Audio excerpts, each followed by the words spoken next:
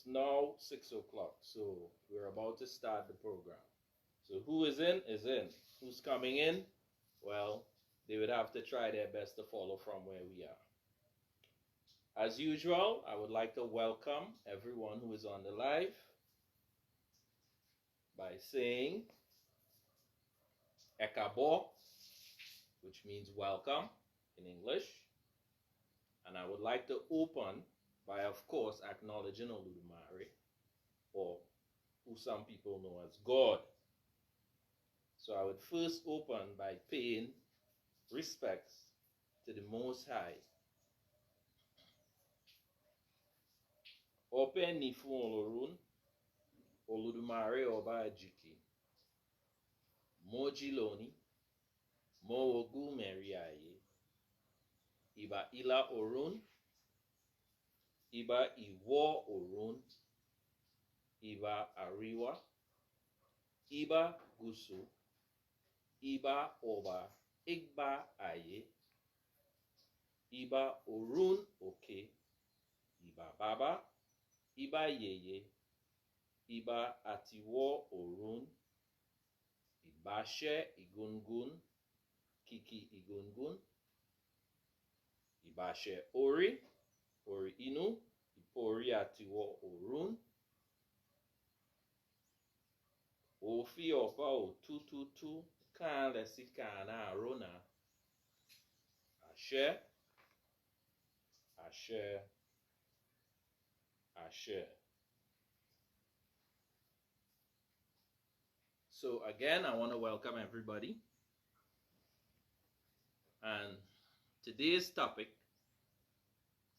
is going to be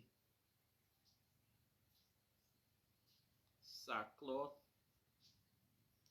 and ashes. Right? I could remember as a young man growing up, always hearing discussions, various discussions from various sources concerning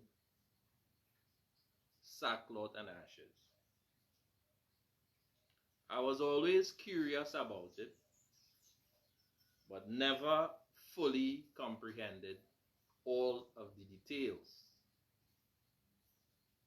Generally, when the term was used, sackcloth and ashes, it was normally in reference to today what a lot of people call fasting.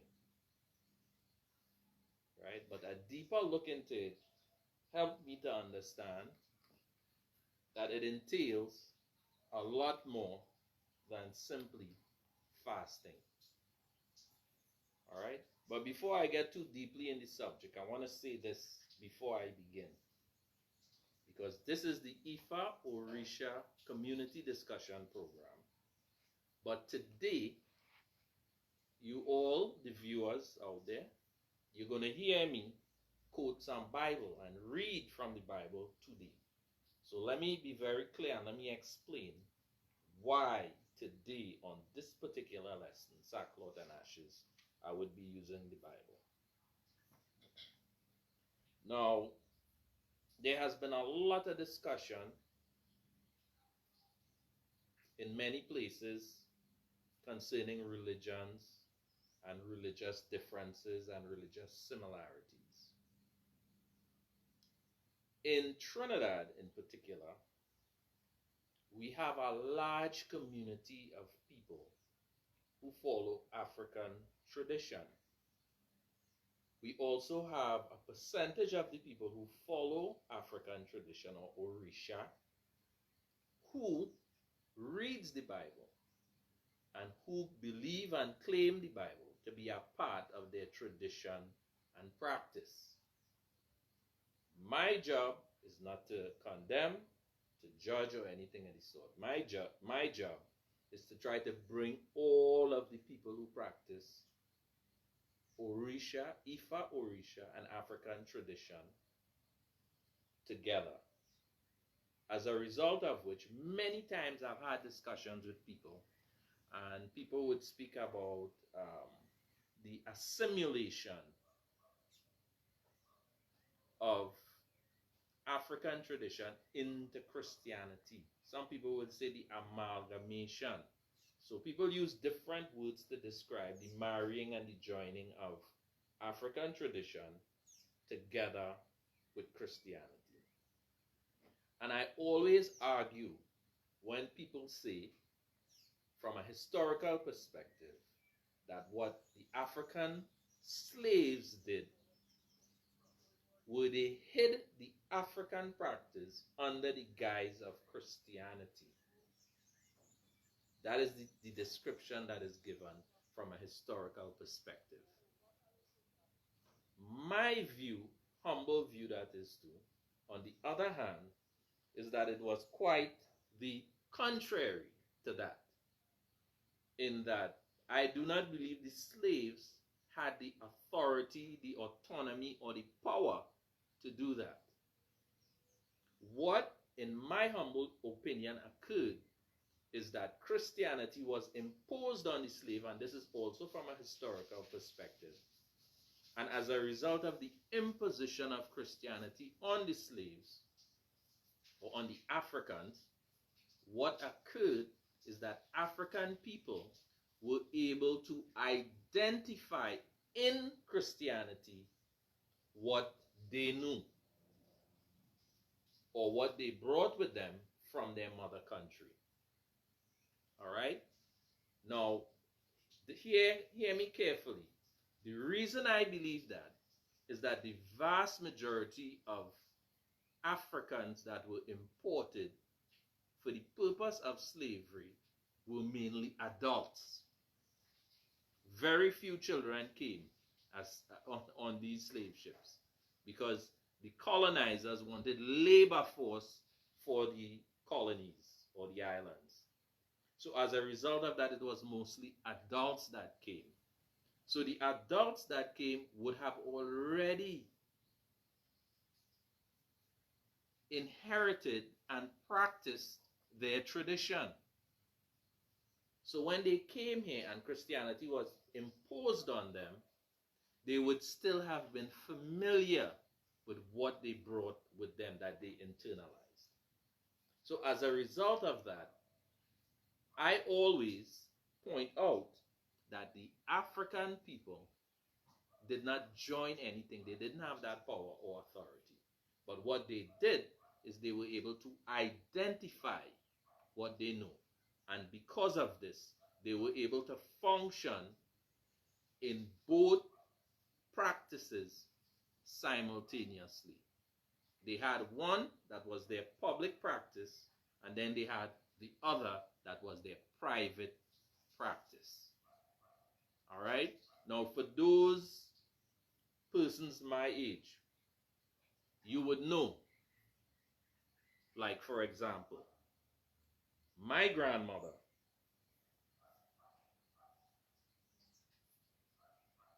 came from Grenada, and her family practiced Orisha tradition. But in order to get her grandchildren into the public school, into the Catholic schools, she went to the Catholic Church. And she declared herself Catholic. And she got a letter from the Catholic priest that she had to take to the principal of the school in order to get her grandchildren to attend the Roman Catholic schools. So, on the social level, many people of that generation had to be Christian in order for them to firstly have their grandchildren or children entered into the institutions. So it was something that they had to do for social reasons, to experience some sort of social mobility for their generations, for their second or third, or even in some cases, first generation of offspring. All right? So now that is the basis of my understanding. And based on that understanding, today we have many branches of Orisha practice that is steep in Christianity. So today what I am going to do is I'm going to look at some of the Bible concepts that where we can uncover some of the African tradition. So now I hope that is clear and that people understand what my position is. Okay? I am an Ifa Orisha devotee, and I believe that everyone who practices Orisha practice in some form all belong together. I don't believe we should be separated. It doesn't matter what title you call yourself. As long as you practice in African tradition, there is a place for us to all be together. All right? And before I go on into the lesson now, I also want to comment on a recent effort that I attended that was an effort for reconciliation to bring some members of the community together that are apart. I would like to applaud the effort that was made, and I would like to commend all of the leaders of the community that was present at the event. All right? The event, in my mind, as long as all of the community is able to come together, is a step forward.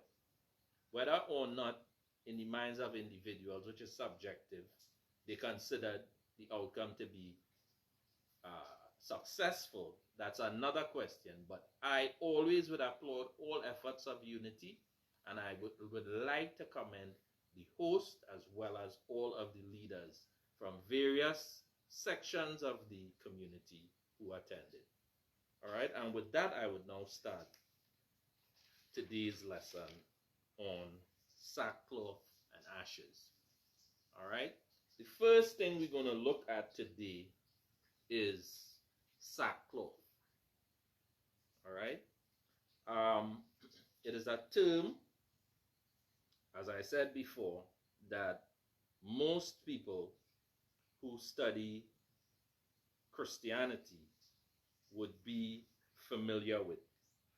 All right, and the very first passage that I want to look at today would be Psalms 119, verses 151.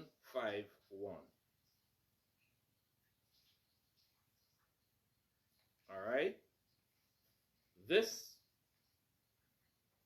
was a book that is referred to as the Psalms that was written by David.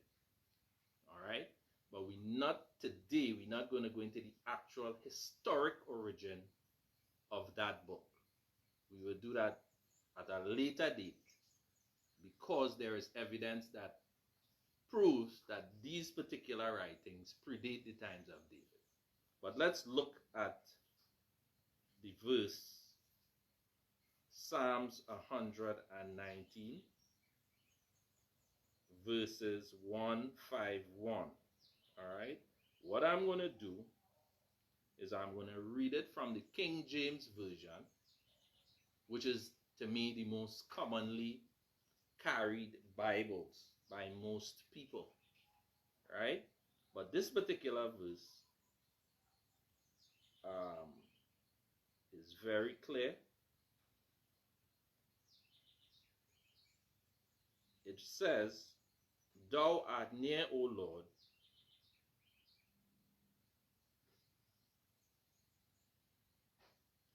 you are near, O Lord, and all your commandments are true." Okay, that's the King James Version of the Bible. So this particular verse talks about the commandments. All right, the next verse that I'm going to look at is John 8:32.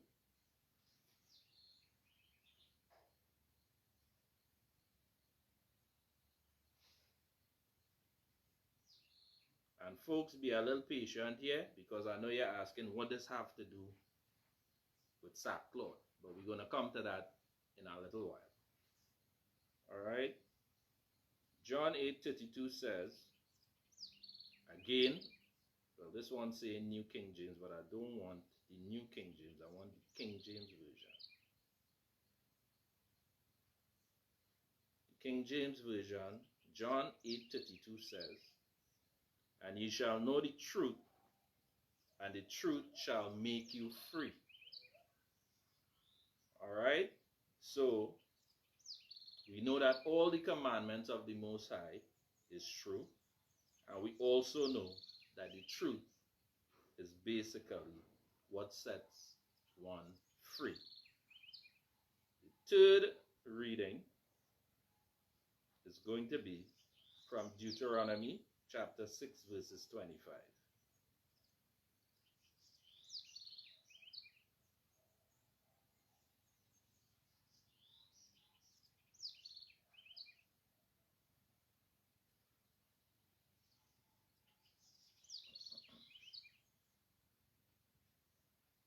Which reads,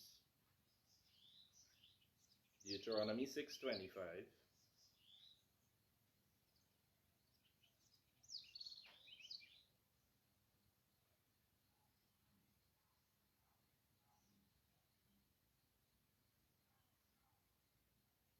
"And it shall be our righteousness if we observe to do all these commandments before the Lord our God, as he had commanded us." All right. Next one, Exodus 6:25. I don't want to take too much time interpreting things that are written in a very clear manner. So for persons who are familiar with the Bible and may want to see that you have to be in the spirit to interpret it, nothing I have read so far is complicated and need any special interpretation. All right? Everything I'm reading is in plain language. One of the things I normally do if I am doing research is I would read from all the different translations. But so far, nothing has been really complicated, right? So it's all pretty simple and straightforward. All right? The book here now is Exodus 25. And we are going from verses 18 to 22.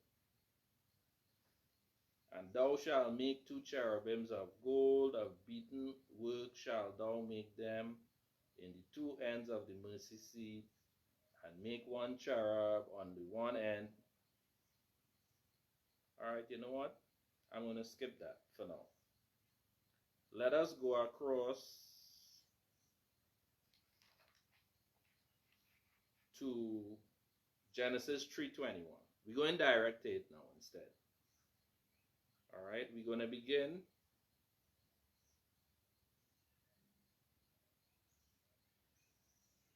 (3:21). We're beginning with Adam and Eve. All right, because I mean we know that the truth will set you free, and we're going to look at some truths here this evening. All right, now again the topic is sackcloth and ashes. All right, Adam and Eve, unto Adam also and to his wife did the Lord God make coats of skins and clothe them. All right, coats of skin. This term is the term that we're looking at today. What is a coat?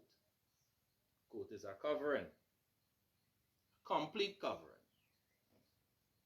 All right, so we're seeing from the very beginning when Adam and Eve was created, the first man and the first woman, they were given coats of skin, of animal skin. Right? When we go now, the next book we're going to is Matthew.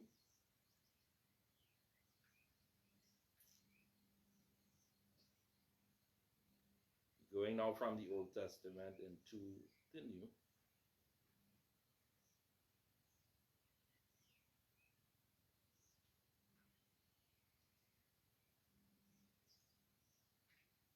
Chapter 3, verse 4.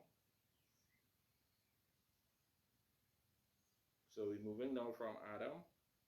We're going now to John. John the Baptist. Also, to show similarly that he was wearing clothing that can be described as sackcloth. It says here, and the same John had his raiment of camel hair and a leathern girdle about his loins, and his meat was locust and wild honey. So we're seeing also that John the Baptist had clothes made of animal skin, similar to Adam and Eve. All right. If we go to 2 Kings chapter 1 verse 8, we also going to see that it describes John the Baptist as wearing animal skin clothes, and also it describes him as having a belt of leather, which is also animal skin. All right. Now, I want us to turn now to Zechariah 13:4. Right, this is a little bit interesting here for me.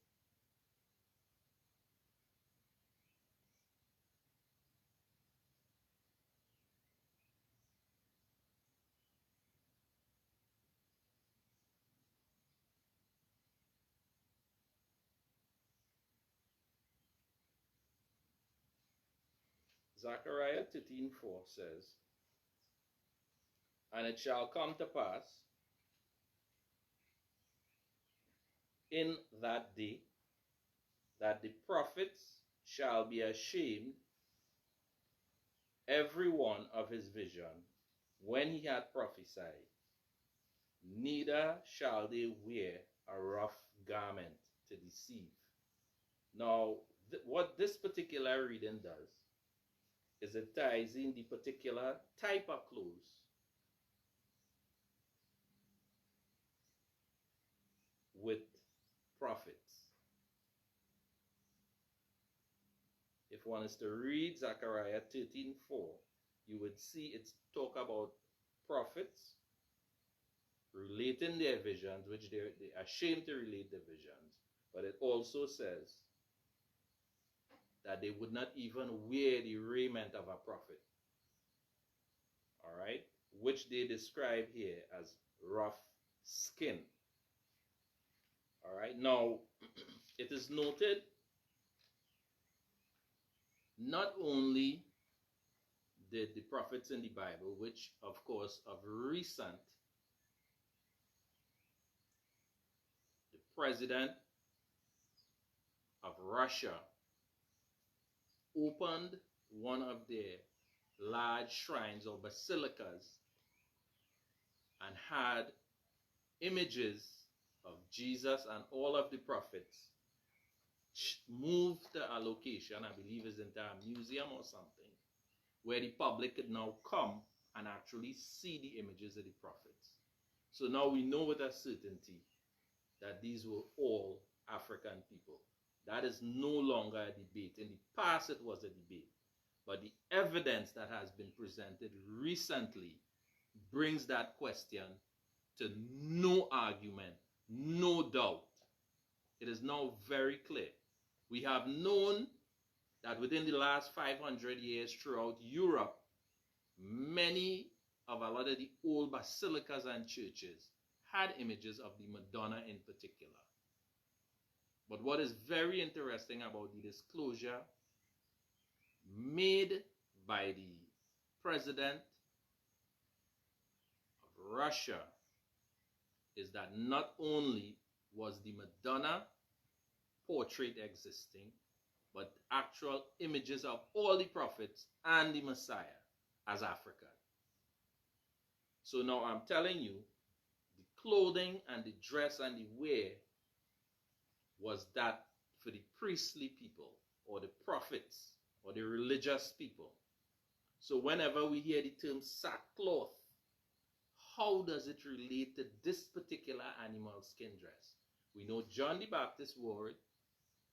We know Adam and Eve wore it. Right? And based on what I just read in Zechariah 13:4, we know that this particular attire was associated to the prophets or to religious people.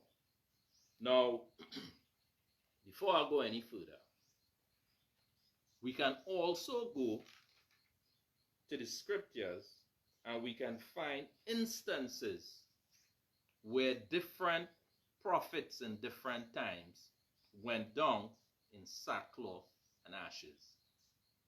There is one particular story that is always told, and it's most notable, and this is David. After the episode with Bathsheba, when he put the soldier to the front of the war to have him killed so that he could inherit his wife, Bathsheba. And Bathsheba turned out to be the mother of Solomon, the other son that sat on the throne. But nonetheless, David, in order to improve his relationship with God, or Olodumare, he went down in sackcloth and ashes to atone. I want you all to listen to the words I'm using, because all these words are going to come up in the lesson. He used sackcloth and ashes to atone. Okay? So what he did is he put on the animal skin and he went down onto the ground. And we're going to get into the ground, we're going to get into ashes, we're going to get into everything. But for today, the main lesson is to establish what is a sackcloth. Alright? So David put on the animal skin clothing. He used ashes and he went down.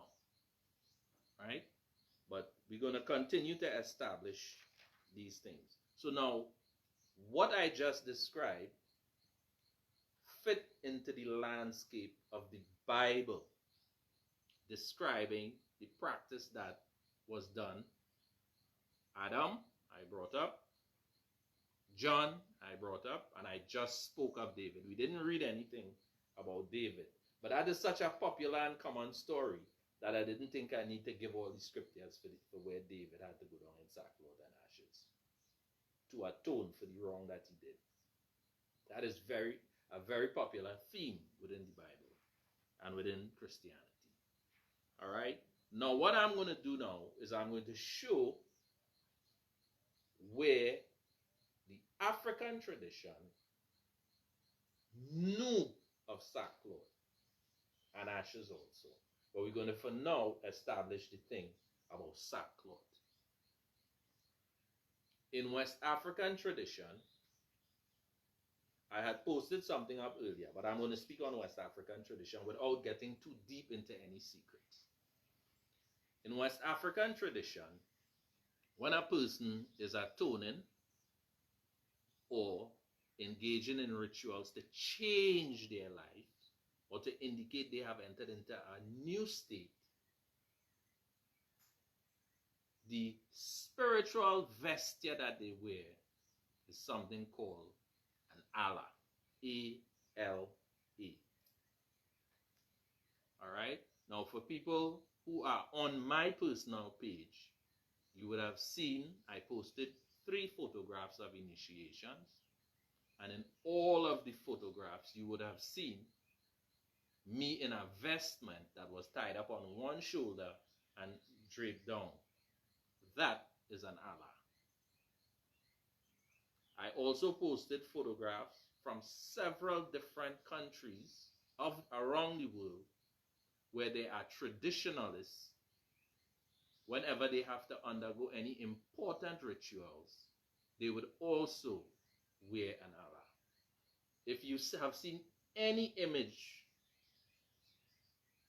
of Mahatma Gandhi in traditional clothing. You would have seen anytime he was coming out of fast or any important ritual before he engaged any major decision, he would have been wearing an ala. All right, but let me go on. The word ala in Yoruba, it means dream in one context. In another context, it means light. Like the name Obatala. Obatala is Obatiala, which is owner of the white cloth. So white, in the case of West African tradition, is associated to purity. And this would come up again later on when we are dealing with the ashes. But for now, we're dealing with the ala. So it has a symbolic association also, the same name Allah, with the borders between the physical world and the spiritual world, which in Christianity they refer to it as a veil or the veil. All right? Now, this is what separates the living, what is called the veil, from those who has already transitioned. And that is, listen carefully, I didn't say those who are dead, because nothing is dead. Those who has transitioned. All right? So those who were in the form like us and has taken another form, live on the other side of the veil. All right? Now, you know, people would ask, you know, how you know that? How you could say that this Allah thing is this border and this veil and whatever? The place is described in a Odu or Shetura.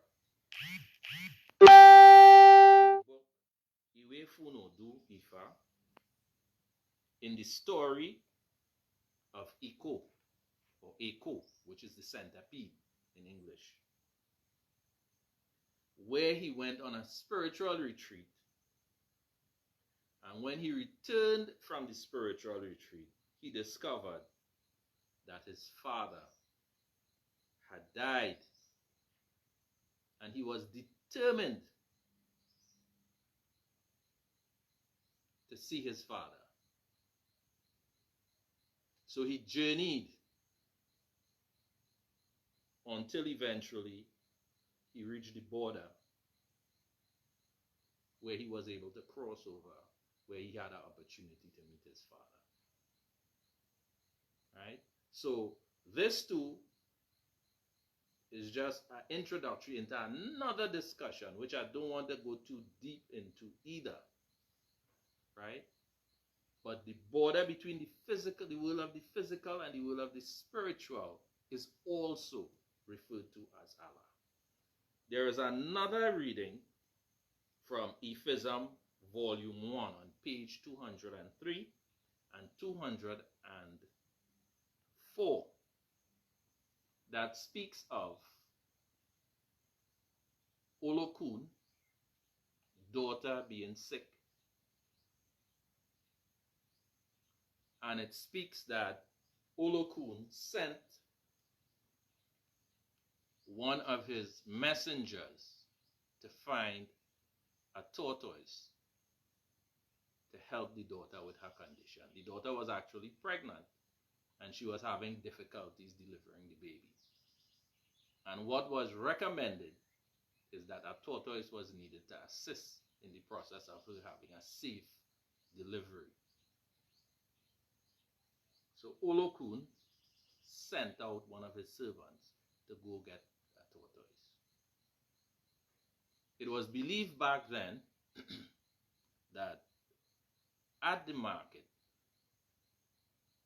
Ejimekun, both the transition and the living would meet at that market. place to buy whatever they need. Olokun also became ill. I don't know if she probably was so taken up in the fact that her daughter was having problems with the delivery. Olokun, she also became ill. And I'm using the term she because in the Ifism book, right, the author was influenced heavily by Benin. So in their myths, Olokun is referred to as female. Okay, well, even in the Ifa community, it's established that there is no specific gender for Olokun. But in this particular story that I'm giving, this myth, Olokun's husband also sent a messenger because a tortoise was also recommended for Olokun for her to get better. So two messengers went out. One went out from Olokun and one went out from her husband. And strangely enough, her husband's name was Allah, A-L-A, in the Benin myth, that is. So they both sent out officials. Olokun sent one first. So the person whom Olokun sent didn't come back with any results. Allah sent, which is her husband, no results. So then he appealed to Olodumare and said, listen, there's a tragedy. I can't have this happen in my house. My daughter is a problem. Then my wife is a problem too. So he appealed to Olokun, to Olodumare, sorry. And what Olodumare did is Olodumare sent out one of the divine policemen. The divine policemen had the powers to see things. So they were able to see from where they are into Aye and know who to go and see in order to get the tortoise that was needed. The story went on, but this, by the way, concerning Olokun and Allah was incidental to the story, because the story was actually about two friends who left Orun together, came to Aye, and then when they grew up, they both used to go fetching wood. But when they arrived, one of the two friends said, listen, we need to go to see Abba to figure out what it is we need to do as a profession in order to be successful. When they went to the Babalawo asked them for the tools they were using as ever material to offer it so that they would be successful with their profession. One of them refused to do it while the other did it. The one who refused to do it, when they went out the following day, after the one who did it went to the Babalawo and gave up his cutlass, gave up his cloth, gave up his clothes, gave up his cutlass. When they went the next day to collect wood, the one who did the ebo asked the other one, lend me your cutlass now, boy. Yeah, when he tell him, he said, listen, bro, you is a hardened man. I tell you, you're wasting your time when I give up all your tools to this man. When you don't have no tools to do your work, you don't listen. What happened? The one who did the ebo, his friend left him, and he remained, and he had to go. He collect all the wood with his hand, no cutlass to cut it. He had to go and get a vine in order to tie up the wood to take it back home to sell it. When he went and he got the vine, he had to bite the vine off. In biting the vine off, what he saw in the distance was a huge turtle or tortoise. Let me use the exact thing. So what he did, he bit the vine off, and he went and he tied up the tortoise and he wrapped it up in the middle of the bundle of wood. So he now needed to get another vine to completely tie the wood so he could take it. So when he go now, he biting off the second vine, he see another tortoise. So what he did is he take the vine that he bit off and he tie up the other tortoise, put it on top of the bundle of wood, went back, get that vine, tie everything together, and headed home. And in heading home now, Eshu caused all the other tortoise to disappear. And the only tortoise that was visible was the one he had on the outside of the bundle. The messenger that was sent by Olokun, the police sent the police from Olodumare, sent that messenger directly to the one who did the evil under the guidance of Eshu. Olokun, who is the owner of wealth, said for her daughter to deliver, she would pay any price to get the tortoise to do the evil. So guess what? When her messenger went to this guy who had the tortoise on top of the bundle, they negotiated.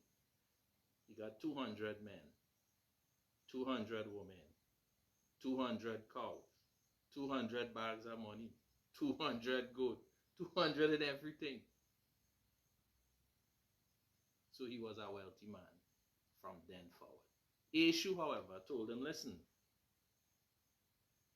take all the stuff that you receive from Olokun and put it in our house, and take your bundle of wood and continue to your house.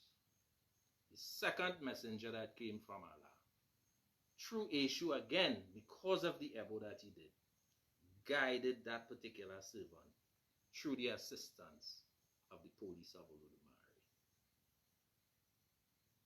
And he sold the second tortoise to the messenger of Allah for another large contribution. Eshu told him at that point, go ahead home. I would bring you all the wealth. But when you get home, with the servants, let them build you a house. But Eshu tell him, the wood that you collected, go sell it, eat your normal meal, and know that that is the last meal that you're going to eat in poverty. But all right, all this long story simply to say, the name that was given to the border between Orun and Aye was given the name Allah because of the husband of Olokun. Right? But let me go further now in explaining the Allah. These stories is just to kind of give an idea where the term Allah and how it's associated with what we're teaching now. So, the Allah in Arabic is called an Abba, and it was the traditional clothing that was worn by the Bedouin Arabs. Okay, so today the modern version of the Allah or the Abba is called, or the female version for that matter, right, is called an Abaya. Right? But the Bedouin Arabs used to make their sackcloth coat, the Abba, of camel fur, not goat, camel. So even in different cultures, they use the same Allah of animal skin, just like John, just like Adam and Eve. And guess what? It's not only the Arabs that use it. The people of Ethiopia used it, who were the old people who occupied the Arabian Peninsula. The original people there were Ethiopians. And if you, there's a whole long discussion, but if you get ancient maps, you would know that back then there was also considered to be part of Ethiopia. So when you hear, for example, they speak about Queen of Sheba, the Queen of Saba who visited Solomon, it would have been in Yemen, which was a province of Ethiopia at the time. All right. So let me continue. So the Ethiopians wear the Allah. The Kenyans wear the Allah. The people of Somalia wear the Allah. The people of Somaliland wear the Allah. And as I pointed out earlier, if you see any picture with Mahatma Gandhi and you see him with a little lump up here and the cloth coming down on the side, it's the same Allah. So this Allah represents a sackcloth. In different cultures, depending on what it is used for, it may appear in different colors. You would also find on the African continent that there are people who still wear the Allah as an animal skin, depending on what it is being used for.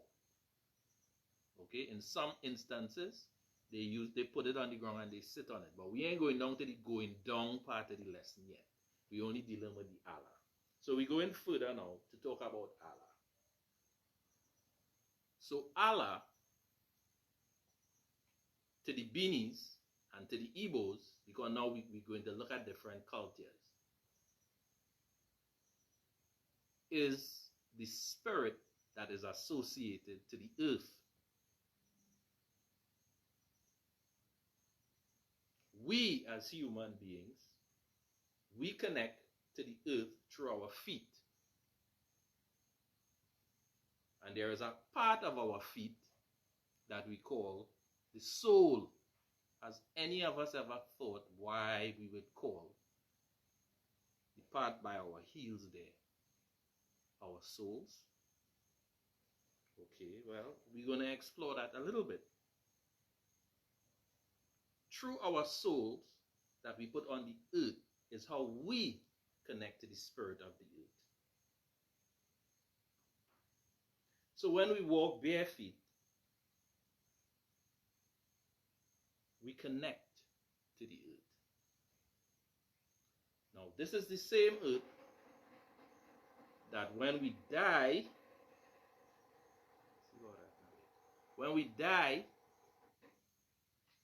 we are buried in. So our ancestors believed that we are given back to the earth at the end of our time. You would hear it said, dust to dust and ashes to ashes. From the earth we come, and to the earth we shall return. It's in reference to the fact that our bodies go into the earth. If we even were to look at a baby that has a pure spirit,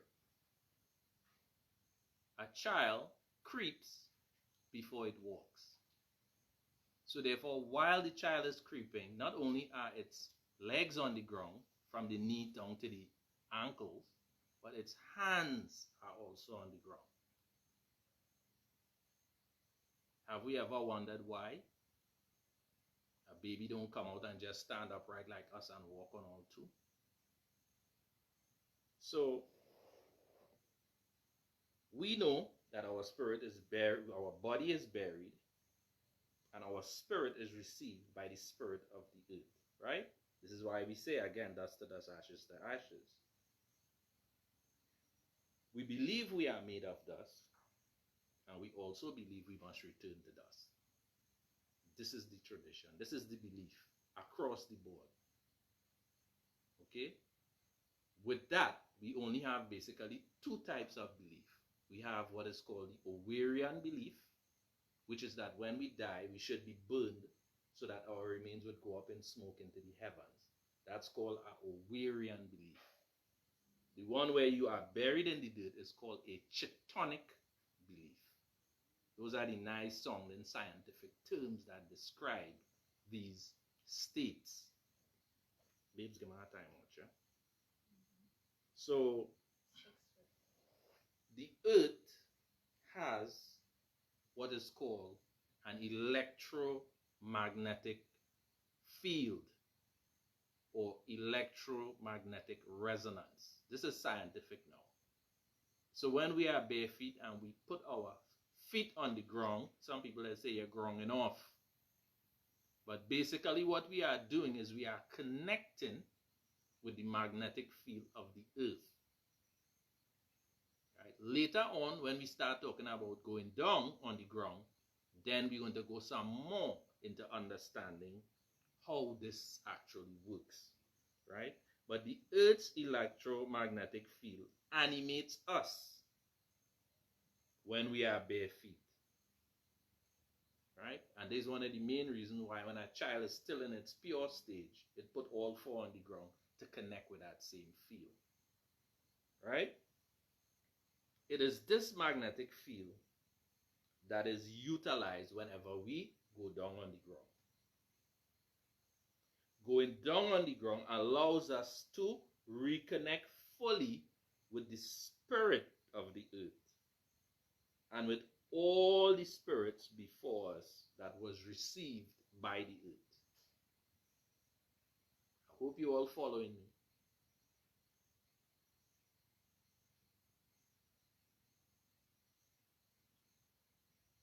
This represents a spiritual communion. Spirit, where spirit meets spirits. That is what it represents. This is the symbolic meaning of dust to dust. We've always heard it said, but what does it mean when we say dust to dust? All right? Animals that are quadrupeds, meaning animals that have 4 legs, because of the EMF or the electromagnetic fields, are more in tune with the earth, as a result of which variation in these fields, the electromagnetic fields, are picked up and interpreted by these animals. Hence, they know how to survive when changes occur. They can foretell through perception when pending changes in weather patterns and other important cataclysmic events are to occur that would affect their survival. So sometimes we see strange behaviors with animals. They huddling up in one place. They running around in circles in one place. We do not always understand what that means. But the animals, their actions are actually waking us up as an omen to let us know that something unusual is about to occur. How much time I have left? 6:53. Oh. 6:53. All right, I have 8 more minutes. Right. So I have 8 more minutes. So I think I'm going to have to close up pretty soon. But I'm just going to talk a little bit more. I'm not going to do anything new. I'm not going to talk. I started going down actually by talking about the earth magnetic field. But I wouldn't go any further on that. I'm going to go back now and talk about a few other things that I've already mentioned. Right? I started in the early stages talking, I was reading actually a scripture that was talking about the cherubim and the seraphim. All right? Where I was going with that actually was to look into the Hebrew meanings of the words cherubim and seraphim. All right? It turns out that one of them is masculine and one of them is feminine. I'm going to use a Metaphysical Bible Dictionary, and I'm going to read for you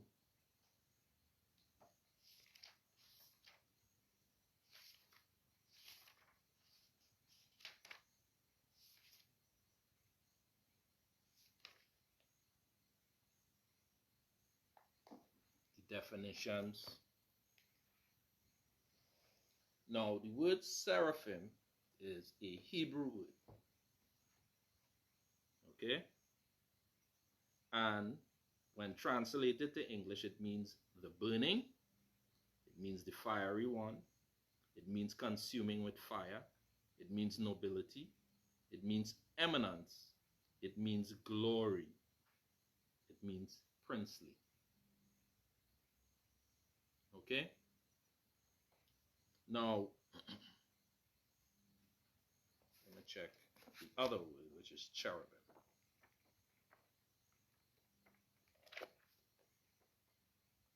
So I don't think they both in this.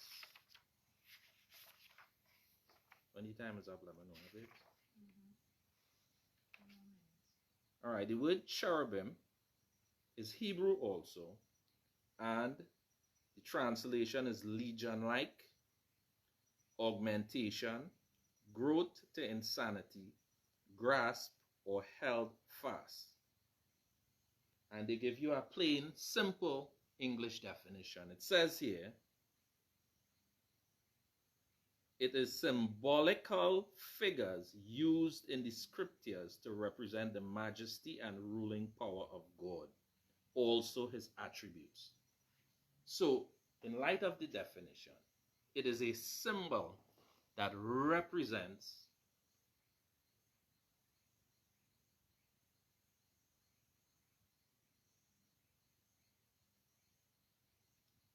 the attributes of God.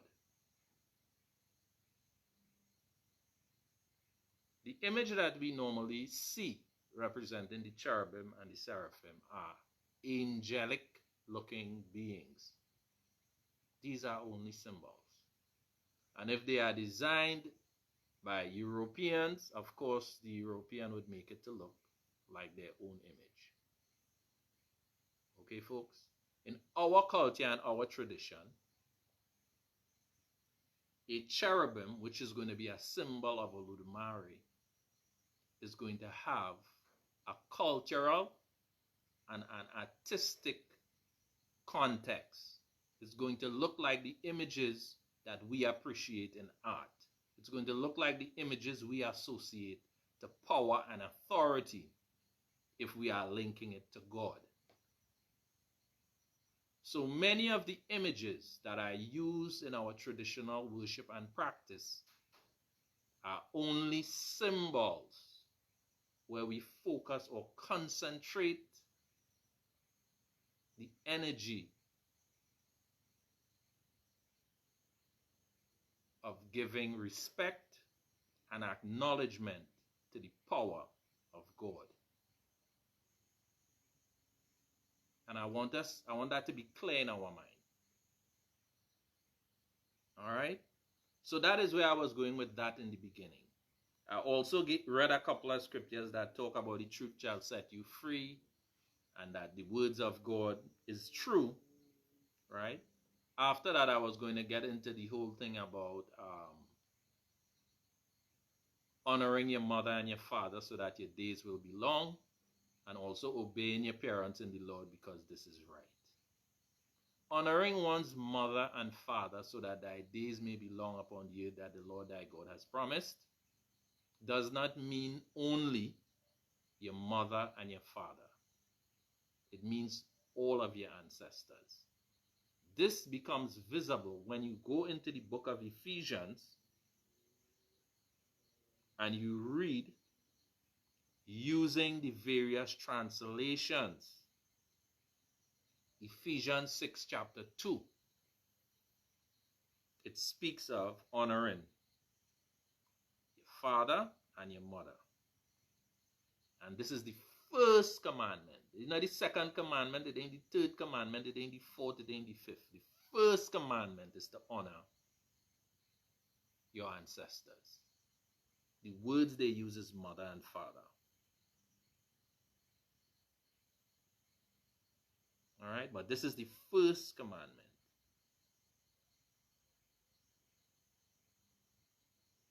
Now, if you also look at Luke 1 and 17, you will also see the importance. It reads, and he will prepare, this time? It reads that he will prepare the way for the Lord. He will have the same spirit of Elijah. He will bring peace between what? The parent, which is the ancestors, and the children. And he will teach the people who do not obey to be wise and to do what is right. In this way, he will prepare a people who are ready for the Lord. Folks, it is now time for me to close off. I want to thank everyone for joining me on this stream. And next Tuesday, we will complete the lesson of Sackcloth and Ashes. So between then and now, anyone having questions can put it in the comments and I would address it next week. But next week we will go further. We've covered the vesture or the clothing of the prophet, of the righteous, of those who are mourning, of those who are atoning, and for those who are looking for miracles in their life. Donning the Allah is a part of a ritual that is associated to all three. Mourning, atonement, and also for those who are looking for turnaround or changes in their life. And with that, I would like to say, Odabo, and enjoy the rest of your week, and may Oludumare continue to bless everyone who is in the reach of my voice.